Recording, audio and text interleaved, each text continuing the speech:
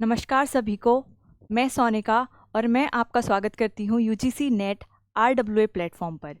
जैसा आप देख सकते हैं, जो आज का हमारा वीडियो सेशन है, हम उसमें जानने वाले हैं कि जो रिसर्च प्रपोजल है और रिसर्च सिनॉप्सिस है, दोनों में क्या डिफरेंस है। जनरली जो बच्चे हैं वो बहुत कंफ्यूज हो जाते हैं रिसर्च प्रपोजल वर्ड को और सिनॉप्सिस वर्ड को देख के।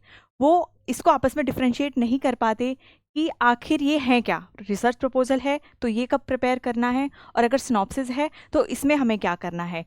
उसी चीज़ को क्लियर करने के लिए मैं एक शॉर्ट वीडियो सेशन लेके आई हूँ। उम्मीद रखूँगी कि इस वीडियो के बाद आपका जो ये डाउट है बहुत आराम से क्लियर हो जाएगा।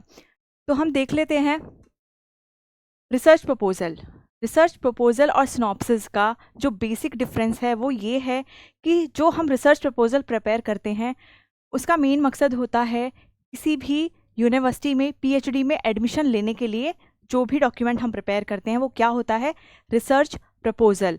यानी कि ये डॉक्यूमेंट हमें प्रिपेयर करना है एडमिशन लेने से पहले। तो यही वो रिसर्च प्रपोजल है जिसके बेसिस पे आपका एडमिशन होगा पीएचडी में। जबकि जो हमारा सिनॉप्सिस होता है उसका काम एडमिशन के बाद का होता है। सपोज करो आपका एडमिशन हो गया, आप रिसर्च प्रपोजल लेके गए थे, उसके बेसिस पे आपका एडमिशन हो गया। अब आगे का जो आपका प्लान है, जो आपका प्रोजेक्ट है, आपको जिस पे काम करना है, उसको आपको समराइज वे में दिखाना पड़ेगा। उसको हम क्या बोलते हैं, रिसर्च सिनॉप्सिस। तो पहला डिफरेंस जो है वो क्या है, रिसर्च प्रपोजल हम एडमिशन लेने की प्रक्रिया में तैयार करते हैं, जबकि रिसर्च सिनॉप्सिस हम एडमिशन लेने के बाद हमारी एक आरएसी कंडक्ट होती है जिसमें जो हमारा टॉपिक होता है रिसर्च का वो फाइनलाइज होता है। उसी टॉपिक के अप्रूवल के लिए आपको सिनॉप्सिस प्रिपेयर करना पड़ता है जब जब हमारी आरडीसी होती है। तो पहला डिफरेंस, रिसर्च प्रपोजल कब प्रिपेयर करना है, जब आपको एडमिशन लेना है पीएचडी के कोर्स में। दूसरा, रिसर्च सिनॉप्सिस का प्रिपेयर करना है जब आपका एडमिशन हो गया है और जिस भी टाइटल पर, जिस भी टॉपिक पर आप रिसर्च करने वाले हैं उसका अप्रूवल, उसके अप्रूवल के लिए जो आप डॉक्यूमेंट तैयार कर रहे हैं या जो समराइज वे में अपना जो प्रोजेक्ट है उसको दिखा रहे हैं, वो क्या है, वो सिनॉप्सिस है। उसके बाद जो हमारा दूसरा डिफरेंस है वो क्या है, जो हमारा रिसर्च प्रपोजल होता है, क्योंकि हम सिर्फ अभी एडमिशन लेने की प्रक्रिया में हैं, हमारा भी किसी गाइड के साथ कोई कनेक्शन नहीं है। तो जनरली क्या होता है, जो हमारा रिसर्च प्रपोजल होता है वो हम खुद से तैयार करते हैं। इनफॉर्मल वे में आप किसी टीचर की या अगर आप किसी प्रोफेसर को इनफॉर्मली जानते हैं आप उनकी मदद ले सकते हैं। जबकि जो हमारा सिनॉप्सिस है, क्योंकि आपका एडमिशन हो चुका है पीएचडी में, उसके बाद आप प्रिपेयर कर रहे हो और आरएसी में हम एक्सपेक्ट करके चल रहे हैं कि आपको जो भी गाइड है, जो भी सुपरवाइज़र है वो अलॉट हो चुका है। तो सिनॉप्सिस के टाइम पे हमें क्या ध्यान रखना है कि जो भी आपका सिनॉप्सिस प्रिपेयर होगा वो किसकी गाइडेंस में होगा, जो भी आपका गाइड, जो भी आपका सुपरवाइज़र आपको अलॉट हुआ है। तो दूसरा डिफरेंस हमारा क्या था, रिसर्च प्रपोजल आप अपने बेसिस पे, अपने लेवल पे तैयार करेंगे, इनफॉर्मल वे में आप किसी की भी हेल्प ले सकते हैं। जबकि जो सिनॉप्सिस है उसमें प्रॉपर गाइडेंस होनी चाहिए आपके गाइड की या फिर आपके सुपरवाइज़र की। उसके बाद जो हमारा तीसरा पॉइंट है डिफ्रेंशिएशन का, वो ये है कि जो रिसर्च प्रपोजल होता है उसका जो फॉर्मेट है वो वरी करता है अलग अलग यूनिवर्सिटीज़ के अकॉर्डिंग। किसी यूनिवर्सिटी का फॉर्मेट अलग होगा, किसी सेंट्रल यूनिवर्सिटी का अलग होगा, कोई प्राइवेट यूनिवर्सिटी अलग फॉर्मेट मांग रही है। तो हमारा जो फॉर्मेट है रिसर्च प्रपोजल का वो वरी कर सकता है, जबकि जो हमारा सिनॉप्सिस है उसके लिए एक प्रॉपर फॉर्मेट होता है, एक फिक्स्ड फॉर्मेट है जो आपको फॉलो करना है और स्टेप बाय स्टेप उसी को फॉलो करके आपको अपना सिनॉप्सिस प्रिपेयर करना है। चौथा जो हमारा डिफरेंस का पॉइंट है वो क्या है, changes in the title are possible. Research proposal आप जो भी लेके जा रहे हैं वो बस आपका एडमिशन लेने की प्रक्रिया के लिए है, और हो सकता है कि आगे जाके आपका जो गाइड है या जो भी आपके सुपरवाइज़र हैं वो आपका टॉपिक थोड़ा सा मॉडिफाई करा सकते हैं, या जो आपका स्टडी एरिया है उसको भी थोड़ा सा चेंज करा सकते हैं।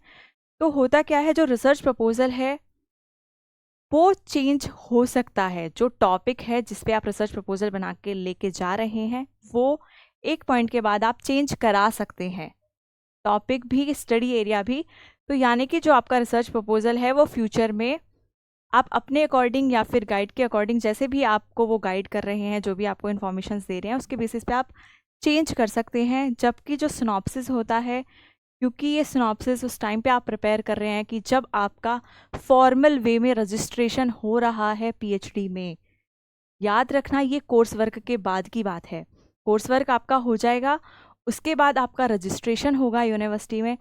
उस टाइम पे आप लोग सिनॉप्सिस प्रिपेयर कर रहे हैं, और उस जो भी हमारी आरडीसी की कमेटी होती है वहाँ पे आपका टॉपिक फाइनलाइज होता है। यानी कि उसके बाद आपके टॉपिक में कोई चेंज पॉसिबल नहीं है, कोई भी चेंज पॉसिबल नहीं है। हो सकता है कि जब आपका आरडीसी लेटर आया है उस कोई भी ग्रामेटिकल कोई मिस्टेक हो गई है या कोई वर्ड इधर उधर हो गया है, वो आप चेंज करा सकते हैं एप्लीकेशन लगा के। बट अगर वो अप्रूव हो गया उसके बाद कोई चांसेस नहीं है कि आप अपना टॉपिक चेंज कर पाएंगे। पांचवा जो हमारा डिफरेंस का पॉइंट है वो है कि जो रिसर्च प्रपोजल होता है ये एक डिटेल्ड डॉक्यूमेंट है। क्यों?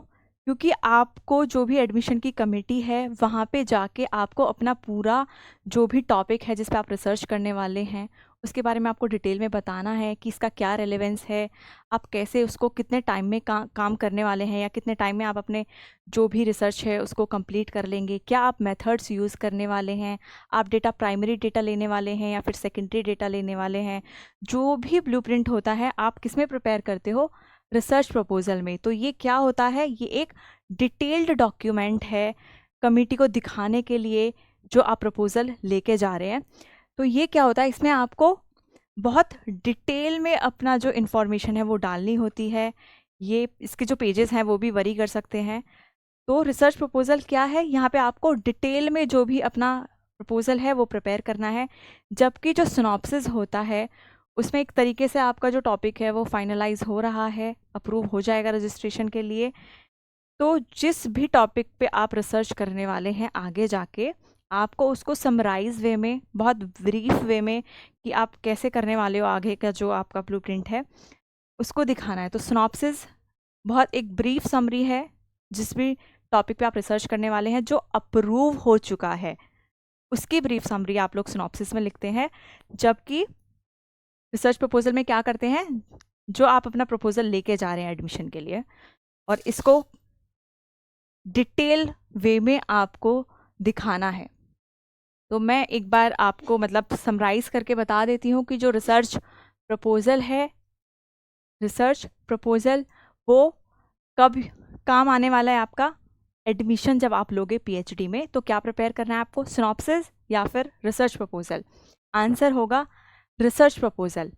लेकिन कहीं कहीं आप देखोगे कि जो दोनों वर्ड्स हैं रिसर्च प्रपोजल और रिसर्च सिनॉप्सिस, इनको एक दूसरे की जगह अलग यूज़ कर लिया जाता है। बट आपके माइंड में ये चीज़ क्लियर होनी चाहिए, अगर आपका एडमिशन नहीं हुआ है पीएचडी में, आप कहीं भी एडमिशन लेने जा रहे हो, अगर वहाँ पे वो अगर सिनॉप्सिस भी वर्ड लिख रहे हैं ना, तो आपके माइंड में वो चीज़ क्लियर होनी चाहिए कि वो क्या किस चीज़ की बात कर रहे हैं, वो रिसर्च प्रपोजल की बात कर रहे हैं। और जो सिनॉप्सिस है वो आपको कब प्रिपेयर करना है, जब आपका एडमिशन हो चुका है, एडमिशन हुआ है, अभी जो आपका फाइनल टॉपिक है या आपका प्रॉपर रजिस्ट्रेशन नहीं हुआ है। रजिस्ट्रेशन कब होता है, जब आपका एडमिशन हो जाता है, आपका कोर्स वर्क हो जाता है, उसके बाद एक कमेटी बैठती है, वहाँ पे जाके आपका टॉपिक फाइनलाइज होता है। तो हमारा सिनॉप्सिस उस टाइम पे हमें प्रिपेयर करना होता है। दूसरा मैंने आपको बता दिया कि ये हम अपने लेवल पे तैयार कर सकते हैं, किसी की मदद ले सकते हैं। जबकि जो हमारा सिनॉप्सिस है वो एडमिशन के बाद हम बना रहे हैं और एडमिशन हो गया है, तो ये भी बहुत ऑब्वियस है कि आपको गाइड या फिर सुपरवाइज़र अलॉट हो चुके हैं, आप उनकी गाइडेंस में पूरा अपना सिनॉप्सिस बनाओगे। और जब आप सिनॉप्सिस सबमिट करते हो अपने कैंपस पे, तो वहाँ पे अप्रूवल भी मांगा जाता है, आपके सुपरवाइज़र के साइन वहाँ पे होने चाहिए। जो भी आपका सिनॉप्सिस का फर्स्ट पेज होगा वो कौन साइन करेगा, आपका जो भी गाइड है, जो भी आपके सुपरवाइज़र हैं वो साइन करते हैं। तीसरा मैंने आपको बता दिया कि जो रिसर्च प्रपोजल है उसका फॉर्मेट चेंज हो सकता है, प्राइवेट यूनिवर्सिटी का अलग, स्टेट का अलग, सेंट्रल का अलग। बट जो हमारा सिनॉप्सिस है इसका एक प्रॉपर फॉर्मेट है जो आपको फॉलो करना है। इस पे हमारी डिटेल्ड एक वीडियो आ चुकी है रिसर्च प्रपोजल पे, और वही सिनॉप्सिस पे हम नेक्स्ट सेशन में एक लॉन्ग वीडियो लेके आएंगे जहाँ पे मैं आपको बताऊंगी कि सिनॉप्सिस कैसे प्रिपेयर करना है। उसके बाद चौथा पॉइंट मैंने क्या एक्सप्लेन करा है कि रिसर्च प्रपोजल के टाइम पे आपका जो भी टॉपिक है, ऐसी पॉसिबिलिटीज़ हैं कि वो आगे जाके चेंज हो सकता है। जब तक आपकी आरडीसी नहीं हो रही है, उस पॉइंट तक आपके पास चांसेस हैं कि आप अपने टॉपिक को चेंज करा सकते हैं, आप अपने स्टडी एरिया को चेंज करा सकते हैं। आपके पास अभी भी चांसेस होते हैं रिसर्च प्रपोजल देने के बाद आरडीसी तक।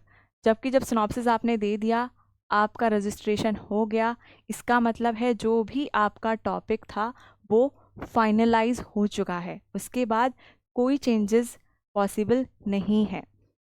पांचवा, डिटेल डॉक्यूमेंट रिसर्च प्रपोजल है।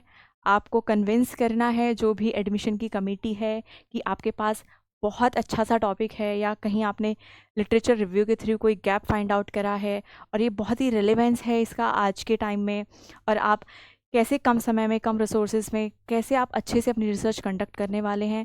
तो एक तरीके से आपको उनको रिझाना है, तो आप अपना थोड़ा डिटेल डॉक्यूमेंट और जितना भी अच्छे से उसको प्रिपेयर कर सकते हैं करेंगे, ताकि एडमिशन कमेटी जो आपका रिसर्च टॉपिक है उसको अप्रूव करके आपको एडमिशन दे दे। वहीं पे जो हमारा सिनॉप्सिस है, इसकी आप जब आपका टॉपिक ऑलमोस्ट अप्रूव होने वाला है तो उसकी आप ब्रीफ समरी प्रिपेयर करेंगे। और ये समरी किस चीज़ की है, जो आपका टॉपिक फाइनल हो गया है, जिसको आप क्या करने वाले हैं इन फ्यूचर, आप जिसकी रिसर्च करने वाले हैं, तो उसमें हम क्या करेंगे उसको ब्रीफली हम एक्सप्लेन कर देंगे। तो ये हमारा सिनॉप्सिस और रिसर्च प्रपोजल का डिफरेंस था। मैं आशा करती हूँ कि आपको समझ आया होगा। ऐसे ही बहुत छोटी छोटी चीज़ें हैं जिनको लेके आप लोग बहुत कंफ्यूज रहते होंगे। अगर आपका ऐसा कोई भी डाउट है, आप कमेंट सेक्शन में हमको बता सकते हैं। हम एक अलग से वीडियोस पर्टिकुलर चीज़ के लिए लेके आएंगे, और मैं उम्मीद करती हूँ आपको ये चीज़ समझ में आई है। जल्द ही हमारा सिनॉप्सिस का एक वीडियो आएगा जिसमें मैं आपको डिटेल में बताऊँगी कि सिनॉप्सिस कैसे प्रिपेयर करना है। तो थैंक यू सो मच।